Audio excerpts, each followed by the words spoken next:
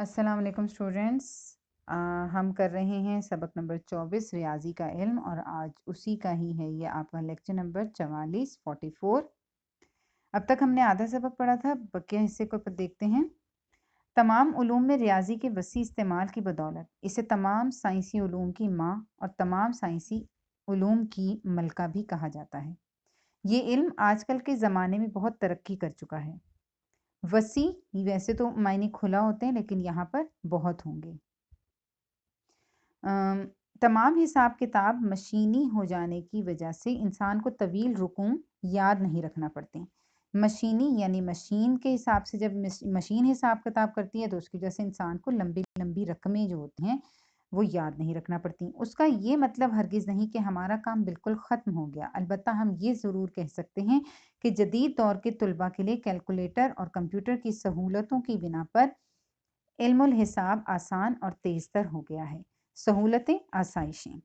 ताहम इसके लिए ना सिर्फ कैलकुलेटर और कंप्यूटर के इस्तेमाल में तरबियत याफ्ता होना लाजमी है, बल्कि रियाजी के कवायद और कवानीन पर उबूर और दस्तरस होना भी निहायत ज़रूरी है।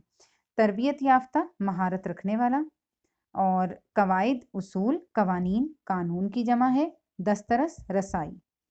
रियाजी के इल्म के साथ साथ दिलचस्प खेल भी है। आइए आपको रियाजी के चंद खेल बताएं कि किस तरह ये इल्म खेल में भी हमारी मावनत करता है। मावनत यानी मदद। वो कहते हैं कि 259 यानी 259 और 39 यानी 39 दो ऐसे हैरान कुन आदाद हैं कि आप इन दोनों को ज़रब देकर इनके हासिल ज़रब को किसी भी अदद से ज़रब दें तो उसका जवाब 3 बार वही होगा। जैसे कि यहाँ आपके सामने एक एग्जाम्पल दी गई है। 259 को हमने 39 से मल्टीप्लाई किया, 259 को 39 से मल्टीप्लाई किया तो हमारा जवाब आ जाता है 10 10 1 यानी कि 1101। और उस 1101 को जब हमने मल्टीप्लाई 12 किया, जैसे मैंने सपोज 12 नंबर से किया, तो हमारा आंसर 12 12 12 यानी 3 टाइम्स 12 12 12 आ गया। इसी तरह अगर आप 11 से उसको जो ज़रब के बाद हासिल ज़रब यानी जो ज़रब के बाद हमारे पास आता है उससे जब आप करेंगे तो फिर वो 3 दफ़ा 11 11 11 आंसर आ जाता है। यानी ये ऐसे दो आदाद हैं कि इनको जब आप आपस में ज़रब देकर जो आपके पास जवाब आता है उसको हासिल ज़रब कहते हैं। उस हासिल ज़रब को जब आप किसी भी अपनी मर्ज़ी के नंबर से ज़रब देंगे यानी मल्टीप्लाई करेंगे अगेन दोबारा उसके जवाब को, तो फिर वही जवाब आपका 3 दफ़ा लिखा हुआ आएगा।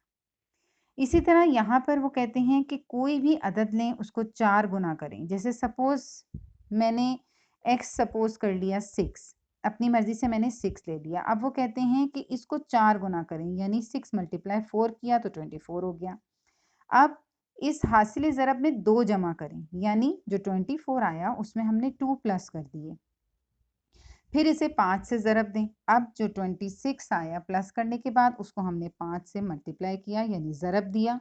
जैसे ज़रब दिया तो फिर हमारे पास आ गया 130 130। अब 130 में वो कहते हैं कि जो आपके पास आता है उसमें उसे 20 से तक़सीम करें यानी 20 से आपने डिवाइड करना है उसको। जब आपने डिवाइड किया तो आपके पास 6 आंसर आया और रिमाइंडर उसका 10 आया। फिर वो कहते हैं कि जो आपके पास बचता है यानी जो बाकी बचे उसे 9 से ज़रब दें यानी जो रिमाइंडर है। अब रिमाइंडर हमारे पास 10 है तो 10 को हमने 9 से मल्टीप्लाई किया 90 आ गया। अब 90 को फिर से उसमें 2 जमा किए तो 92 आ गया। यहाँ पे वो कहते हैं कि अगर बहिसाब अबजद नबी करीम सल्लल्लाहु अलैहि वसल्लम के इस्म मुबारक मोहम्मद सल्लल्लाहु अलैहि वसल्लम के आदाद लिए जाएं तो उनका मजमुआ भी 92 होता है। चूँकि नबी करीम सल्लल्लाहु अलैहि वसल्लम की ज़ात तमाम जहानों के लिए रहमत और सरापा हिदायत है, इसलिए हर चीज़ या शख्स के नाम के आदाद इसी नाम मुबारक के आदाद के गिर्द घूमते हैं। यानी बहिसाब अबजद होता है, एक ख़ास हिसाब होता है जिसमें जो अलिफ बे जो नामों में उर्दू हरूफ होते हैं, हर हर्फ का अलग-अलग नंबर होता है। तो मीम हे मीम दाल मोहम्मद जो नाम है उसके जो आदाद बनते हैं वो 92 ही बनते हैं, जो हमने अभी इस पूरे प्रोसीजर में सीखा कि 92 कैसे निकला। तो आप कोई भी नंबर सपोज करके और उसे इस प्रोसीजर के थ्रू जब आप करेंगे तो हमेशा आपका आंसर 92 ही आता है। अब इसकी हम देख लेते हैं मश्क। आपने जो यहाँ पर करने हैं इसके सवालात हैं। रियाज़ी का इल्म किसे कहते हैं? ये आपको किताब में ही मिल जाता है। स्टार्ट में जहाँ चैप्टर शुरू होता है वहीं पर ये कि मिक़दार, ढाँचे, हुजम, तब्दीली और नक्शे वगैरह के मुतालिक को इल्मुल हिसाब या रियाज़ी का इल्म कहते हैं। हिसाब किताब के बुनियादी अमल कौन से हैं? हिसाब किताब में गिनती और पैमाइश 2 बुनियादी अमल होते हैं। मुख्तसर से जवाबात हैं। इल्मुल हिसाब कितना पुराना है? ये भी आपने इसमें पढ़ा है कि जितना खुद बनी नूं इंसान। आगाज़ में अशिया को शुमार करने के लिए क्या इस्तेमाल किया जाता था? ये भी आपको किताब में ही मिलेगा। गिनती का निज़ाम सबसे पहले किस इलाके के लोगों ने मुतारिफ कराया? मुख्तसर सा जवाब, ज़मीन का कुत्र किसने दरियाफ्त किया? किस इल्म को इल्म साइंस की माँ कहा जाता है? कैसा शख्स हर कदम पर दूसरों का मोहताज रहता है? अगर किसी शख्स को गिनती नहीं आती तो वो हर कदम पर दूसरों का मोहताज रहता है। और इसके बाद हैं अल्फाज मायनी, ये आपने लुगत से तलाश करने हैं और जुमलों को अपने जो अल्फाज यहाँ दिए हुए हैं उनको जुमलों में इस्तेमाल करना है वर्कशीट पर। Thank you.